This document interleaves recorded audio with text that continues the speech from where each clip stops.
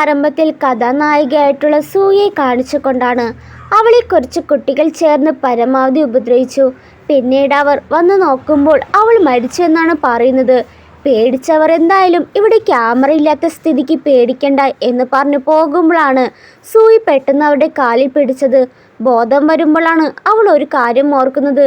അല്ല, ബിസിനസ് ചർച്ച ചെയ്തുകൊണ്ടിരിക്കുമ്പോഴാണ് ഞാൻ മരിച്ചത്, പിന്നെ എങ്ങനെയാണ് ഇവിടെ എത്തിയത്? സിഇഒ ആയ സൂസിയുടെ ആത്മാവ് ഹൈസ്കൂൾ കുട്ടിയുടെ ശരീരത്തിൽ കയറിയിരിക്കുകയാണ്. പേടിച്ചവർ നീ ഞങ്ങളെ മരിച്ചു പോയിന്ന് കബളിപ്പിക്കുകയായിരുന്നല്ലേ എന്ന് പറഞ്ഞ് ദേഷ്യപ്പെടുമ്പോൾ സൂസി അവിടെ കഴുത്തിൽ പിടിച്ച് നീ ആരാണ്? ഇത് കണ്ട മറ്റു കുട്ടികളും നിന്റെ അച്ഛൻ്റെ ജോലി പോയോണ്ട് നിനക്ക് വട്ടായോ? ഞെട്ടിപ്പോയ സൂസി അച്ഛനോ? സത്യത്തിൽ സൂസി ഒരു അനാഥയാണ്. ഇപ്പോൾ എനിക്കൊരു അച്ഛനെവിടുന്ന് കിട്ടും? അപ്പോഴാണ് അവൾ ഒരു സ്കൂൾ കുട്ടിയുടെ മൃതദേഹത്തിൽ കയറിയിരിക്കുന്നത് മനസ്സിലായത്. സത്യത്തിൽ ആ കുട്ടി വളരെ ദാരിദ്ര്യ കുടുംബത്തിൽ നിന്നുള്ളവളാണ്. അവളുടെ അച്ഛൻ ഒരു സെക്യൂരിറ്റി ഗാർഡായിട്ടാണ് വർക്ക് ചെയ്യുന്നത്. അതേസമയം അതേ ഇടത്തിൽ കാറിലിരുന്ന് ഇവളെ ശല്യം ചെയ്ത ലീന എന്ന പെൺകുട്ടിയും അവിടെ അച്ഛനെയും കാറിലിരുന്ന് അവരെ നോക്കിയിരിക്കുകയാണ്. ലീനയുടെ അച്ഛൻ്റെ മാനേജർ സ്ഥാനത്തേക്ക് മത്സരിച്ചിരുന്ന ഒരാളായിരുന്നു സൂയുടെ അച്ഛൻ. പിന്നെ എങ്ങനെയാണ് ഒരു സെക്യൂരിറ്റി ഗാർഡായതെന്ന് ചോദിക്കുമ്പോൾ സത്യസന്ധമായ ആളുകളെ പറ്റിക്കാൻ വളരെ എളുപ്പമുള്ള കാര്യമായിരിക്കും എന്നാണ് അച്ഛൻ പറഞ്ഞത്.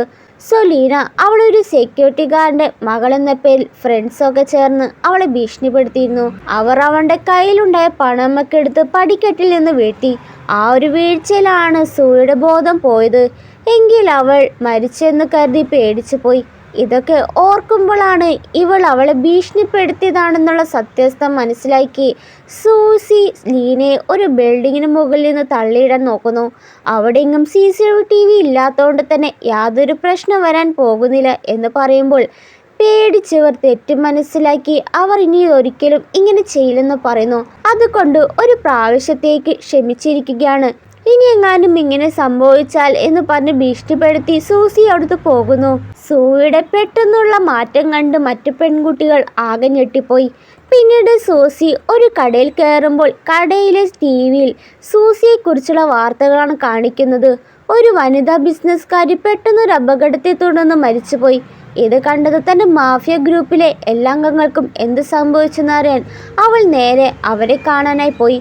അപ്പോൾ അവൾ വെറും ഒരു സ്കൂൾ വിദ്യാർത്ഥിനിയാണെന്ന് തെറ്റിദ്ധരിച്ച് അവിടുത്തെ ഗാർഡുകൾ അവളെ അകത്തേക്ക് കടത്തിവിടുന്നില്ല. താൻ മിസ്റ്റർ ഫെങ്ങിനെ കാണാനാണ് വന്നെന്ന് പറയുമ്പോൾ അവരും അല്ല, നിനക്കെങ്ങനെ മിസ്റ്റർ ഫെങ്ങിനെ അറിയാം? സമയം വെറുതെ കളയാതെ പോകാനായി പറയുമ്പോൾ അവൾ ഫെങ്ങിനെ കണ്ടിട്ടേ പോകുമെന്ന് വാശി പിടിച്ചു. അപ്പോഴാണ് ഫെങ് അവിടേക്ക് വരുന്നത്. ഫെങ്ങിനോട് സ്കൂളിലെ പെൺകുട്ടി ഫെങ്ങിനെ കാണണമെന്ന് നിർബന്ധിക്കുമെന്ന് പറഞ്ഞ് അവൻ്റെ ഗാർഡ്സുകളും അവനോട് പറഞ്ഞു. ഫെങ്ങിനെ കണ്ട ഉടനെ സൂസി നിങ്ങളുടെ വലത്ത് തോളിലെ പരിക്ക് ഭേദമായോ? ഇത് കേട്ടവൻ ഞെട്ടിപ്പോയി.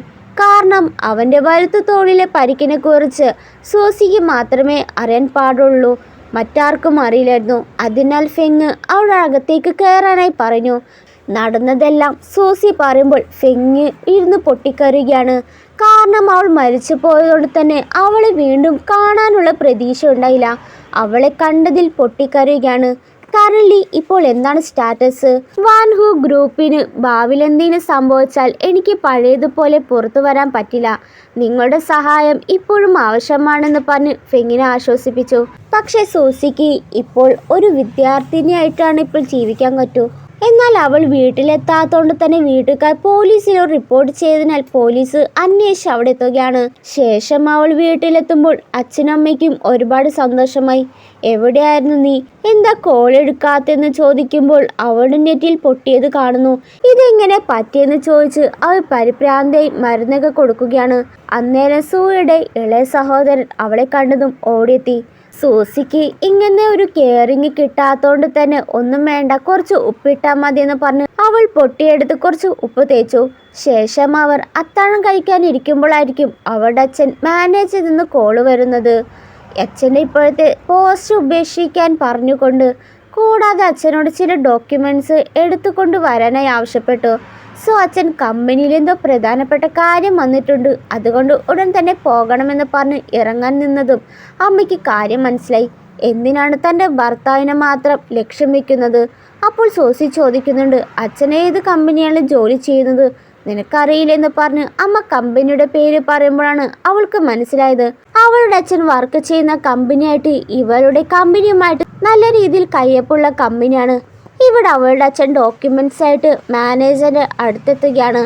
അവിടെ ഫെങ്ങും കാണും. അവളുടെ അച്ഛൻ ആ ഡോക്യുമെന്റ്സ് കൊടുത്തിട്ട് പോകാമെന്ന് കരുതി കൊടുക്കുമ്പോൾ ആ മാനേജർ ആണെങ്കിൽ ഫെങ്ങിനോട് സംസാരിച്ച് നിൽക്കുന്നത് കണ്ടില്ലേ, സാമാന്യ ബോധമില്ലെന്ന് പറഞ്ഞ് അവളുടെ അച്ഛനെ ചീത്ത പറയുന്നു. അവളുടെ അച്ഛൻ മഴയത്ത് വന്നതിനാൽ ചെരുപ്പിലാകെ ചെളിയായി. അതൊക്കെ കണ്ട മാനേജർ ഇവിടെ മൊത്തം ചെളിയാക്കിയല്ലോ, ഇവിടെ മൊത്തം വൃത്തിയേടാക്കിയിട്ടാണല്ലോ നിങ്ങൾ വന്നത് പറഞ്ഞ് അച്ഛനെ തരം താഴ്ത്തി. നിലം വൃത്തിയാക്കിയിട്ട് പോയാൽ മതിയെന്ന് പറഞ്ഞു. സൂസിയുടെ അച്ഛൻ ഷർട്ട് ഉപയോഗിച്ചിട്ടായിരിക്കും ആ നിലമൊക്കെ വൃത്തിയാക്കുക. ഇവിടെ പുറത്ത് നല്ല മഴ കണ്ടതിനാൽ അമ്മ സൂസിയോട് അച്ഛൻ എന്തായാലും കുട കൊണ്ടുപോകാൻ മറന്നുപോയി. അവളോട് അച്ഛൻ ഈ കുട കൊണ്ടു കൊടുക്കാനായിട്ട് പറയുകയാണ്. സൂസി ക്ലബിലെത്തുമ്പോൾ അവൾ കാണുന്ന കാഴ്ച അവളുടെ അച്ഛനെയും കൊണ്ട് മാനേജറുടെ ഷൂ വരെ തുടപ്പിക്കുന്നതാണ്. ചെയ്തില്ലെങ്കിൽ പ്രമോഷൻ കൊടുക്കില്ല എന്ന് ആ സെക്യൂരിറ്റി ജോലി തന്നെ ചെയ്യേണ്ടി വരുമെന്ന് പറഞ്ഞ് മാനേജർ ഭീഷണിപ്പെടുത്തി. ഇതൊക്കെ ഫെങ്ങും കാണുന്നുണ്ടെങ്കിലും ഒന്നും തന്നെ മിണ്ടിയില്ല. അയാൾ ഇതൊക്കെ ചെയ്യുന്നത് മറ്റൊരു റീസൺ കൊണ്ടാണ്. അയാളുടെ മകളെ സൂസി ഉപദ്രവിച്ചതിനാലാണ്. സൂസിയും അയാളുടെ മകളുമായിട്ടുള്ള പ്രശ്നത്തിലാണ് അവളുടെ നെറ്റി പൊട്ടിയെന്ന് അറിഞ്ഞ സൂസിയുടെ അച്ഛൻ, നിങ്ങളുടെ മകൾക്ക് എങ്ങനെ ധൈര്യം വന്നു എൻ്റെ മകളെ ഭീഷണിപ്പെടുത്താൻ എന്ന് പറഞ്ഞ് അയാൾക്കൊരടി കൊടുത്തു. അപ്പോഴേക്കും ഗാർഡ്സുകൾ സൂസിയുടെ അച്ഛൻ പിടികൂടുകയാണ്. മാനേജറും അച്ഛൻ അടിക്കാനായി വരുമ്പോൾ കറക്റ്റ് ടൈമിലായിരിക്കും സൂസി തൻ്റെ അച്ഛനെ രക്ഷിക്കാൻ എത്തുന്നത്. ഇത് കാണുമ്പോൾ ഏതു മകൾക്കാണെങ്കിലും ധൈര്യം വരും. അവൾ ആ കുടയുമായി വന്ന് മാനേജറെ തടഞ്ഞു നിർത്തി അവൾ തൻ്റെ അച്ഛനെ അച്ഛാന്ന് വിളിക്കുന്നു. ഇത് കേട്ട ഫെങ് ഒന്ന് ഞെട്ടിപ്പോവുകയാണ്. ആ സെക്യൂരിറ്റി ഗാർഡ് അവിടെ അച്ഛനാണെന്നറിഞ്ഞതോടെ പിന്നീട് ഫെങ് ഒന്നും മിണ്ടിയില്ല. ഇത്രയും വലിയ കാര്യം നിന്റെ മൂക്കിന് തുമ്പത്ത് നടന്നിട്ട് നീ എന്താ ഒന്നും ചെയ്യാതെ നിൽക്കുന്നെന്ന് പറഞ്ഞ് അവൾ ആ കൊട ഫെങ്ങിന് കൊടുക്കുന്നു. ഫെങ് ഒരു കുട്ടി പെണ്ണിൻ്റെ മുന്നിൽ ഇങ്ങനെ പേടിച്ചു നിൽക്കുന്നത് കണ്ട് മറ്റ് ബോഡി ഗാർഡ്സും അന്തം വിടുകയാണ്.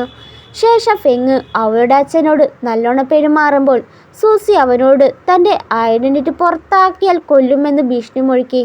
അതിനിടയിലായിരിക്കും ആ മാനേജർ എന്തോ ഒന്ന് പറയാനായി വന്നപ്പോൾ ഫെങ് അയാൾക്കൊരെണ്ണം ഒന്ന് പൊട്ടിച്ചു. ശേഷം അവൾ അച്ഛനെ അവിടെ ഇരുത്തിയിട്ട് എന്താണ് മാനേജറിന് വേണ്ടത്, ഷൂ തിളക്കാനുള്ളത് ആകാൻ എന്ത് ചെയ്യണമെന്ന് ചോദിച്ചപ്പോൾ അയാളും എൻ്റെ ഷൂ മിനുക്കാൻ ഒരു സെക്യൂരിറ്റി ജീവനക്കാരനോട് ആവശ്യപ്പെട്ടതിൽ എന്താണ് തെറ്റ്. വേഗം തന്നെ ഫെങ് അയാൾക്കൊരെണ്ണം വീണ്ടും കൊടുത്തിട്ട് വേഗം ഇവരുടെ രണ്ടുപേരുടെ ഷൂ നന്നായി മിനുസാക്കാനായിട്ട് പറയുകയാണ്. എന്നാൽ അതേ ക്ലബിൽ ആ മാനേജറിൻ്റെ മകള് ഫ്രണ്ട്സ് വന്നിട്ടുണ്ടാകും. അവൾക്കും ഫ്രണ്ട്സിനൊക്കെ ഇന്ന് രാത്രി മുഴുവൻ ക്ലബിൽ അടിച്ചു പൊളിക്കാനായിട്ട് അവളുടെ അച്ഛൻ ബുക്ക് ചെയ്തിട്ടായിരിക്കും വരിക. ഒരു ക്ഷണക്കത്തില്ലാത്ത ആർക്കും ഇതിൽ കയറാനേ പറ്റില്ല. അവളുടെ അച്ഛൻ വലിയ കമ്പനിയിലെ മാനേജറാണ് എന്ന് അവളെയും അച്ഛനെ പുകഴ്ത്തി സംസാരിച്ച് വരുമ്പോഴാണ് അകത്തെ ഈ ഒരു കാഴ്ച കാണുന്നത്. അവളുടെ അച്ഛൻ മറ്റൊരാളുടെ ഷൂ തുടച്ചു കൊടുക്കുന്നത്. ഇവിടെ ഷൂ ഒക്കെ തുടച്ചു കഴിയുമ്പോൾ സൂസിയുടെ അച്ഛനോട് ഓക്കെ ആയില്ലെന്ന് സമ്മതം കിട്ടിയിട്ട് ആകും ആ പണി തീർത്തത്. ഒരു സെക്യൂരിറ്റി ഗാർഡിൻ്റെ ഷൂ ആണല്ലോ നിന്റെ അച്ഛൻ മിനുക്കി കൊടുക്കുന്നത്. നിന്റെ അച്ഛൻ ഒരു സെക്യൂരിറ്റി ഗാർഡിൻ്റെ ഷൂ ആണല്ലോ തുടച്ചു കൊടുക്കുന്നത്. അതും അവളുടെ അച്ഛനും. ഭാഗ്യം കൊണ്ട് നമ്മൾ അവളുടെ മുന്നിൽ പോയില്ലല്ലോ എന്ന് പറഞ്ഞ് ലീനയെ കളിയാക്കി പറയുമ്പോൾ ദേഷ്യം വന്ന ലീന അവരവിടുന്ന് ഓടിക്കുകയാണ്. പിന്നീട് സൂസിയും അച്ഛനും കൂടിയിട്ടായിരിക്കും വീട്ടിൽ പോവുക. ഇന്ന് നടന്ന കാര്യമൊക്കെ ഓർത്ത് അച്ഛനും നല്ല സന്തോഷത്തിൽ പാട്ടൊക്കെ പാടിയിട്ടാക്കും പോവുക. അപ്പോൾ അവൾ ചോദിക്കുന്നുണ്ട്, ആ മിസ് ഷായെ ഒരു പാഠം പഠിപ്പിച്ചതിനാണോ ഈ സന്തോഷം? എന്നാൽ ഷായെ ഒരു പാഠം പഠിപ്പിക്കുന്നതിൽ അച്ഛന് സന്തോഷമില്ല. വാസ്തവത്തിൽ സൂസി സ്വയം എങ്ങനെ പോരാടുമെന്നും ഇപ്പോഴും അച്ഛന് ആശങ്കയുണ്ടായിരുന്നു. പക്ഷെ ഇപ്പോൾ അവൾ സ്വയം പ്രതികരിക്കാൻ ഇത്ര നന്നായി പഠിച്ചെന്നും സ്വയം എങ്ങനെ സംരക്ഷിക്കണമെന്ന് അറിയാമെന്ന് കാണിച്ചു തന്നു. അതിനാണ് സന്തോഷം. എന്നാൽ ഇതൊക്കെ അമ്മയോട് പറയരുതെന്ന് അച്ഛൻ എടുത്തു പറഞ്ഞു. സൂസിയുടെ അച്ഛൻ മറ്റൊരാളുടെ ഷൂ വൃത്തിയാക്കുന്നത് മാത്രമല്ല കണ്ടത്, മകൾക്ക് വേണ്ടി നിലകൊണ്ടതും അവളെ സംരക്ഷിക്കാൻ വേണ്ടി പോരാടുന്ന ഒരു മഹത്തായ ഒരു മനുഷ്യനെയാണ് അവൾ അയാളിലൂടെ കണ്ടത്. പിറ്റേ ദിവസം സ്കൂളിലെത്തുമ്പോൾ ആരോ അവളുടെ ഷോൾഡറിൽ ഒരു ചെക്കൻ കൈവയ്ക്കുകയാണ്. ഉടൻ തന്നെ അവൾ അവനെ ചവിട്ടി താഴെ വീഴ്ത്തി. അവൻ്റെ മുഖം കാണുമ്പോൾ അവൾക്ക് എവിടെയോ കണ്ട നല്ല പരിചയം. നീ എന്നോട് പറഞ്ഞ കാര്യം ഓർക്കുന്നുണ്ടോ? അവൾക്കും ഒന്നും മനസ്സിലായില്ല. അപ്പോഴാണ് ഒരു കാര്യം കാണിക്കുന്നത്. കുറച്ച് നാളുകൾക്ക് മുന്നേ സൂയി ഇവനെ പ്രപ്പോസ് ചെയ്തിരുന്നു. അത് മുഴുവൻ കുട്ടികളുടെ മുന്നിൽ വെച്ച്. എന്നാൽ അവന് ഒരേ പ്രായക്കാരെ ഇഷ്ടമല്ല എന്നാണ് പറഞ്ഞത്. ഇതിന്റെ പേരിലായിരിക്കും അന്ന് ലീന അവളെ ഉപദ്രവിച്ചത് തന്നെ. അപ്പോൾ ലീന ഭീഷണിപ്പെടുത്താനുള്ള കാരണം ഇതാണെന്ന് സൂസിക്ക് മനസ്സിലാവുകയാണ്. പിന്നീട് സൂസി അവനോട് ഒരു കുട്ടിയെപ്പോലെ തലയിൽ തലോടി എന്നിൽ നിന്ന് അകന്നു നിൽക്കണം കുട്ടി എന്ന് പറഞ്ഞ് അവൾ പോയി. എന്നാൽ അവനെ കൊച്ചുകുട്ടി എന്ന് കളിയാക്കി വിളിച്ചത് പോലെയാണ് അവന് തോന്നിയത്. ശേഷം സൂസിയെ ലീനയുടെ ഫ്രണ്ട്സ് വളഞ്ഞുകൂടി ഇന്നലെ ഒരു വലിയ നാടകം തന്നെ ഞങ്ങൾ കണ്ടു. എൻ്റെ അച്ഛൻ പറഞ്ഞു അത് വെറും ഒരു കപട നാടകമാണ്. എൻ്റെ അച്ഛൻ ഒരു മാനേജറാണ്, നിങ്ങളുടെ അച്ഛൻ വെറും ഒരു താഴ്ന്ന സെക്യൂരിറ്റി ഗാർഡും. എൻ്റെ അച്ഛനോട് പറഞ്ഞാൽ നിന്റെ അച്ഛൻ്റെ ജോലി തന്നെ തെറിപ്പിക്കും എന്ന് പറഞ്ഞ് അവൾ അച്ഛനെ വിളിച്ചു നോക്കുമ്പോൾ ലീനയുടെ അച്ഛൻ്റെ ജോലി ആയിരിക്കും പോയിട്ടുണ്ടാകാം. സത്യത്തിൽ അവൾ കമ്പനിയെക്കുറിച്ച് ഫെങ്ങിനെയും കൊണ്ട് അന്വേഷിപ്പിച്ചിരുന്നു. ലീനയുടെ അച്ഛൻ ആ മാനേജർ സ്ഥാനം മോഷ്ടിച്ചതാണ്. ആ സെക്യൂരിറ്റി ഗാർഡ് അവിടെ അച്ഛനാണെന്ന് പോലും ഫെങ്ങിന് അറിയില്ലായിരുന്നു. സൂസിയുടെ അച്ഛന് ആണ് ആ ജോലി കിട്ടേണ്ടത്. അപ്പോൾ ഫെങ് മറ്റൊരു കാര്യം കൂടി കണ്ടെത്തിയിരിക്കുകയാണ്. എന്താണെന്ന് വെച്ചാൽ അവളുടെ അമ്മ സു ഗ്രൂപ്പിലെ മൂത്ത മകളാണ്. അതേ സു ഗ്രൂപ്പും അവരുടെ നിയന്ത്രണത്തിലുള്ള കമ്പനികളുമായി താരതമ്യം ചെയ്യാനേ കഴിഞ്ഞില്ലെങ്കിലും സു കുടുംബത്തിൻ്റെ ഇപ്പോഴത്തെ സാഹചര്യം വെച്ച് നോക്കുമ്പോൾ അവളുടെ അമ്മ കുടുംബമായിട്ടുള്ള എല്ലാ ബന്ധങ്ങളും വിട്ടുകളഞ്ഞതാണ്. ഇപ്പോൾ ലീന അച്ഛനെ പുറത്താക്കിയതിന് പിന്നിൽ ഇവരുടെ കൈയാണെന്ന് മനസ്സിലായി. ആ നാറുന്ന സെക്യൂരിറ്റി ഗാർഡാണ് എൻ്റെ അച്ഛനെ പിരിച്ചുവിട്ടത്. അച്ഛനെ ഇങ്ങനെ പറഞ്ഞത് കേൾക്കുമ്പോൾ അവൾ ഒരെണ്ണം അവൾക്കൊന്ന് പൊട്ടിച്ചു. വീണ്ടും വീണ്ടും പൊട്ടിക്കുമ്പോൾ ആരും തന്നെ സൂസിക്കെതിരെ തിരിയുന്നില്ല. അപ്പോഴേക്കും ടീച്ചർ ഇത് കാണുകയും സൂയുടെ പാരൻസിനെ വിളിച്ചു കൊണ്ടുവന്നിട്ട് ക്ലാസ്സിൽ കയറിയാൽ മതിയെന്ന് വാർണിംഗ് നൽകി. ലീനൊക്കെ കരുതിയിരിക്കുന്നത് സൂയുടെ അമ്മ വെറുമൊരു ഹൗസ് വൈഫാണെന്നാ. ഇനി ഞാൻ അവളുടെ അമ്മയെ ഒരു പാഠം പഠിപ്പിക്കാൻ പോകുന്നുള്ളൂ എന്ന് ചിന്തിക്കുമ്പോഴാണ് അവളുടെ അമ്മ വരുന്നത്. അമ്മ വന്നതും ടീച്ചർ ചൂടായി. ഇങ്ങനെയാണോ നിങ്ങൾ മക്കളെ വളർത്തുന്നത്? പക്ഷെ അമ്മ പറയുന്നത് അവൾ പെൺകുട്ടിയെ അടിച്ചുകൊണ്ട് അവൾ ചെയ്ത ശരിയായ കാര്യമാണ്. വീണ്ടും അവൾ അങ്ങനെ തന്നെ ചെയ്യുമെന്ന് അമ്മയുടെ മനോഭാവം മാറുമ്പോൾ എല്ലാ കുട്ടികളും ഞെട്ടിപ്പോയി. അപ്പോൾ ടീച്ചർ ഇങ്ങനെയാണെങ്കിൽ അവൾ ഇന്ന് തന്നെ പുറത്താക്കുമെന്ന് പറയുമ്പോൾ ആരെയാണ് നിങ്ങൾ പുറത്താക്കുന്നതെന്ന് പറഞ്ഞ് പ്രിൻസിപ്പൾ അവിടെ എത്തി.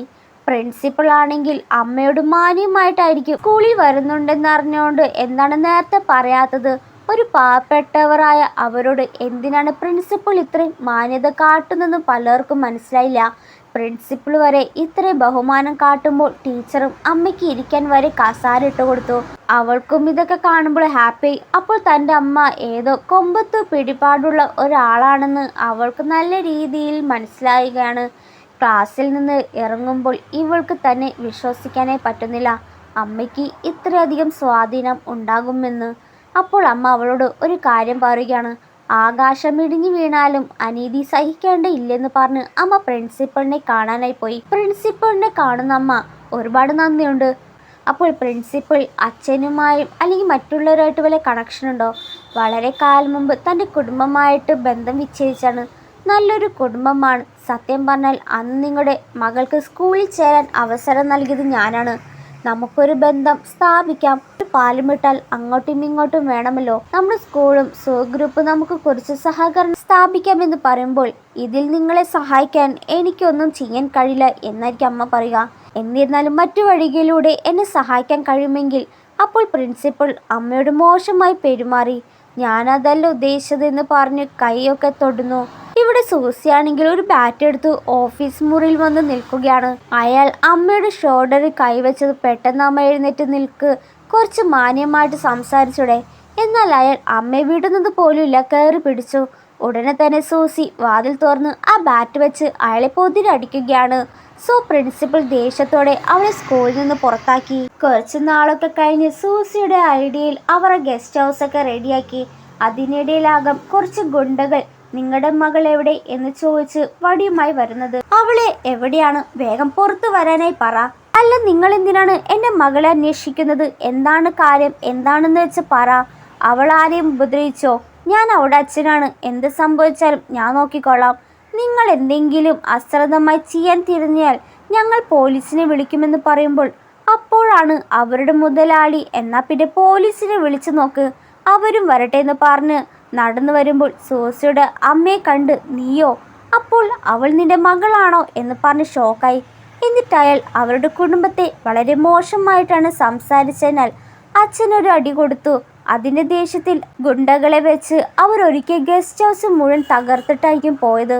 കുറച്ചു നേരം കഴിഞ്ഞ് സൂസിയും മനിയനും എത്തുമ്പോൾ അച്ഛൻ വേഗം അവളോട് നീ ഇവിടുന്ന് പൊക്കോ. അപ്പോഴേക്കും അയാൾ അവിടെ എത്തി. അയാൾ മറ്റാരുമല്ല, അന്ന് മിഠായി മോഷ്ടിച്ച പയ്യൻ്റെ അച്ഛനാകും. അവളുടെ മൂർച്ചേറിയ നോട്ടം കാണുമ്പോൾ ഇവളെന്താ പേടിക്കാത്തത്? ഞാൻ ഇത്രയും ആളുകളെ കൊണ്ടുവന്നിട്ട്. ഇവിടെ സൂസി നല്ല ധൈര്യത്തോടെ അച്ഛനൊന്നും പേടിക്കണ്ട എന്ന് പറഞ്ഞ് അത്രയും ഗുണ്ടയുടെ മുന്നിൽ പോയി. ഗുണ്ടകളും ഇവളെന്താ പേടിക്കാത്ത? ഇപ്പോൾ വേറെ വല്ലവരാണെങ്കിൽ കരഞ്ഞു തീർന്നേനെ. അപ്പോൾ ഒരുത്തൻ അവളുടെ ഷോൾഡറിൽ കൈവച്ചതും സെക്കൻഡിനുള്ളിൽ ഓരോരുത്തരെ അവൾ അടിച്ച് നിലത്തിട്ടു. അടിയിൽ പേടിച്ചവർ ക്ഷമിക്കണം സിസ്റ്റർ, പണത്തിന് വേഷം കെട്ടിയതാണെന്ന് പറഞ്ഞ് അവരും പോയി. എന്നാൽ അവരെ കൊണ്ടുവന്ന അയാളും അവിടെ നിന്ന് രക്ഷപ്പെടാൻ പോയെങ്കിലും അവൾ അയാളുടെ കോളർ പിടിച്ചു നിർത്തി മര്യാദയ്ക്ക് ഇത് നശിപ്പിച്ചതിനുള്ള ക്യാഷ് തന്നിട്ട് പോയാൽ മതിയെന്ന് പറഞ്ഞ് അയാളുടെ കയ്യിൽ നിന്ന് 5 ലക്ഷം മേടിച്ചു. തന്നില്ലെങ്കിൽ കാല് വരെ ഒടിച്ചിടുമെന്ന് ഭീഷണിപ്പെടുത്തുകൊണ്ട് തന്നെ അയാൾ കൊടുക്കുകയാണ്. ഇതൊക്കെ കണ്ട അച്ഛനും അമ്മയും ഷോക്കായിട്ടാണ് നിൽക്കുന്നത്. പക്ഷേ ഇതൊക്കെ അയൽക്കാർ കണ്ട് അവളെ തന്നെ കുറ്റപ്പെടുത്തി. ഇവൾക്ക് ഗുണ്ടകളായിട്ട് നല്ല പിടിപാട് കാണും, മോശമായിട്ടാണ് വരുന്നത് എന്നൊക്കെ പറയുമ്പോൾ ദേഷ്യം വന്ന അച്ഛൻ അവരെ ചീത്ത പറഞ്ഞ് ഓടിച്ചു. അപ്പോൾ അവൾ അച്ഛ അമ്മ ഞാൻ സൂയല്ലായിരുന്നെങ്കിൽ നിങ്ങൾ ഇപ്പോഴും എന്നെ സഹായിക്കുമോ എന്ന് ചോദിക്കുമ്പോൾ അവൾ പറഞ്ഞത് അവർക്ക് മനസ്സിലായില്ല. മണ്ടൻ കുട്ടി, ഭാവിയിൽ നിനക്ക് എന്ത് സംഭവിച്ചാലും പ്രശ്നമില്ല, അവൾക്കൊപ്പം ആ കുടുംബം നിൽക്കുമെന്ന് ഉറപ്പു നൽകി. ഗസ്റ്റ് ഹൗസിൻ്റെ പണി എല്ലാം രാത്രിയോടെ തീർക്കുമ്പോൾ രാവിലെ വന്ന ഗുണ്ടകൾ വീണ്ടും വരുന്നു. അച്ഛനും ഇനി വല്ല പ്രശ്നത്തിനായിരിക്കുമോ എന്ന് പേടിച്ച് നിൽക്കുമ്പോൾ സത്യത്തിൽ അവർ വന്നത് തന്നെ പാപങ്ങൾക്ക് പ്രായശ്ചിത്തം ചെയ്യാനാകും. കാരണം ഫെങ് അവരെ പിടികൂടി നല്ലത് കൊടുത്ത് കാണും. ഇപ്പോൾ അവർക്ക് സൂസി ആരാണെന്നുള്ള കാര്യം അറിയാം, പക്ഷെ അത് ആരോടും പറയരുത് എന്ന് മുന്നറിയിപ്പ് ഫെങ് നൽകിയിരുന്നു. സോ അവർ വീട് ക്ലീൻ ചെയ്യാൻ ഓടുമ്പോൾ അച്ഛനൊന്ന് പേടിക്കുന്നുണ്ടെങ്കിലും തിരിഞ്ഞു നോക്കുമ്പോഴാണ് അറിയുന്നത് അവർ ക്ലീൻ ചെയ്യാനാണ് വന്നതെന്ന്.